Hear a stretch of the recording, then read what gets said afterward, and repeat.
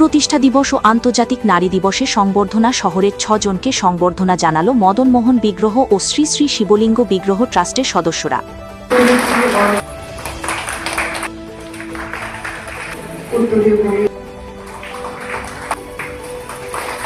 শিলচরের ঐতিহ্যবাহী তারাপুরের মদন মোহন আখড়া প্রায় ১৭০ বছরের ইতিহাস বয়ে নিয়ে চলা এই মন্দির শুধু ধর্মীয় আস্থার কেন্দ্রই নয়, বরং সমাজ সেবার এক উজ্জ্বল দৃষ্টান্ত।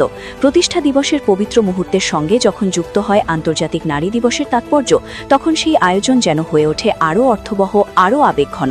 এই বিশেষ দিনকে স্মরণীয় করে তুলতেই সমাজের বিভিন্ন ক্ষেত্রে অবদান রাখা ৬ জন বিশিষ্ট ব্যক্তিকে সংবর্ধনা জানালো মদন মোহন বিগ্রহ ও শ্রী শ্রী শিবলিঙ্গ বিগ্রহ ট্রাস্ট। ১৯৫৩ সালে শিলচরের তারাপুরে প্রতিষ্ঠিত হয় মদন মোহন আখড়া। সময়ের দীর্ঘ পথ চলায় একসময় ভগ্নদশায় পড়েছিল প্রায় ১৭০ বছরের এই প্রাচীন মন্দির। তবে ২০১০ সাল থেকে নতুন করে মন্দিরটির পুনঃপ্রতিষ্ঠা করে শুরু হয় পূজার্চনা। সেই থেকেই প্রতিবছর নানা ধর্মীয় ও সামাজিক কর্মসূচির মাধ্যমে পালিত হয়ে আসছে মন্দিরের প্রতিষ্ঠা দিবস। রবিবার মন্দির প্রাঙ্গণে অনুষ্ঠিত হয় এক আবেগঘন অনুষ্ঠান। প্রতিষ্ঠা দিবসের পাশাপাশি আন্তর্জাতিক নারী দিবস উপলক্ষে সমাজের বিভিন্ন ক্ষেত্রে অবদান রাখা পুরুষ ও মহিলা মিলিয়ে ৬ জন বিশিষ্ট ব্যক্তিকে সংবর্ধনা জানিয়ে সম্মানিত করেন ট্রাস্টের কর্মকর্তারা। এদিন সংবর্ধিত হন শঙ্কর জ্যোতি দেব, পিনাক চক্রবর্তী, ওয়াসিম জাবেদ চৌধুরী, শেফালি দাস, চুমকি দাশগুপ্ত এবং রূপালী নাগ। শুধু ধর্মীয় আচার অনুষ্ঠানেই সীমাবদ্ধ নয় এই ট্রাস্টের কর্মকাণ্ড। সমাজ কল্যাণের বিভিন্ন উদ্যোগ নিয়েও দীর্ঘদিন ধরে কাজ করে চলেছে মন্দির কমিটি। নিয়মিত স্বাস্থ্য পরীক্ষা শিবির, রক্তদান শিবিরের আয়োজন থেকে শুরু করে বিভিন্ন স্কুলে শিক্ষা সামগ্রী বিতরণ এবং প্রয়োজনে আর্থিক সহায়তা, সব ক্ষেত্রেই মানবিকতার হাত বাড়িয়ে দিয়েছে ট্রাস্টের সদস্যরা।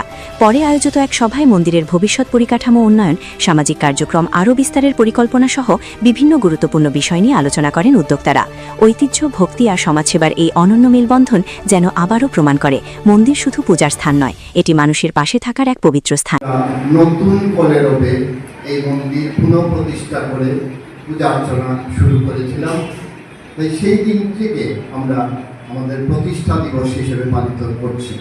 যদিও এই মন্দির ১৭০ বছর পুরনো, ইতিমধ্যে বলেছে ১৮৫৩ সালে প্রথম মন্দির হয়েছিল, কিন্তু তারপরে অনেক ভগ্ন দশা অবস্থায় ছিল, কোনো রকমের পূজা পাঠ হতো।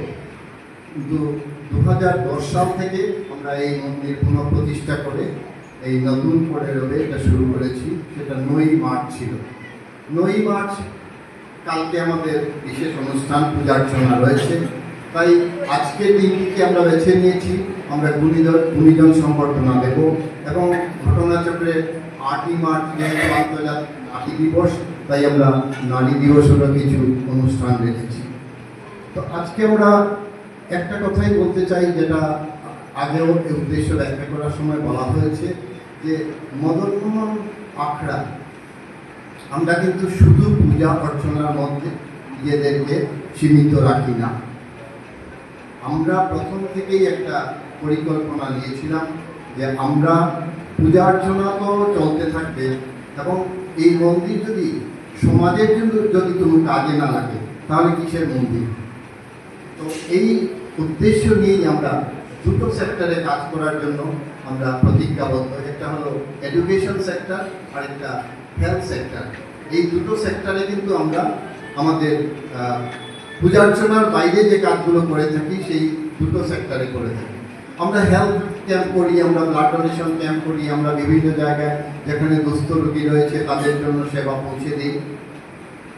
আর এডুকেশন সেক্টরে আমরা বিভিন্ন স্কুলে পঠন পাঠন সামগ্রী থেকে আরম্ভ করে ফিনান্সিয়াল হেল্প সাপোর্ট যেরকম দরকার, আমরা বিভিন্ন স্কুলে ছাতা, ইউনিফর্ম, শুজ, ওয়াটার ফিল্টার, যেরকম যেখানে প্রয়োজন ডেস্ক বেঞ্চ আমরা কিন্তু দিয়েই থাকি। এই কাজগুলো আমরা করি কারণ আমরা জানি যে পার্মানেন্ট কোনো কাজ করতে গেলে সেখানে এডুকেশনটাকে ফার্স্ট প্রায়োরিটি দিতে হয়। এডুকেশন, শিক্ষাদান এমন একটা দান যেটা কোনোদিনই কমে যায় না। যে দিচ্ছে তারও শিক্ষা বাড়ে, যে গ্রহণ করছে তারও শিক্ষা বাড়ে। কাজে শিক্ষাকে এই এমন একটা মহৎ দানকে আমরা বেছে নিয়েছি।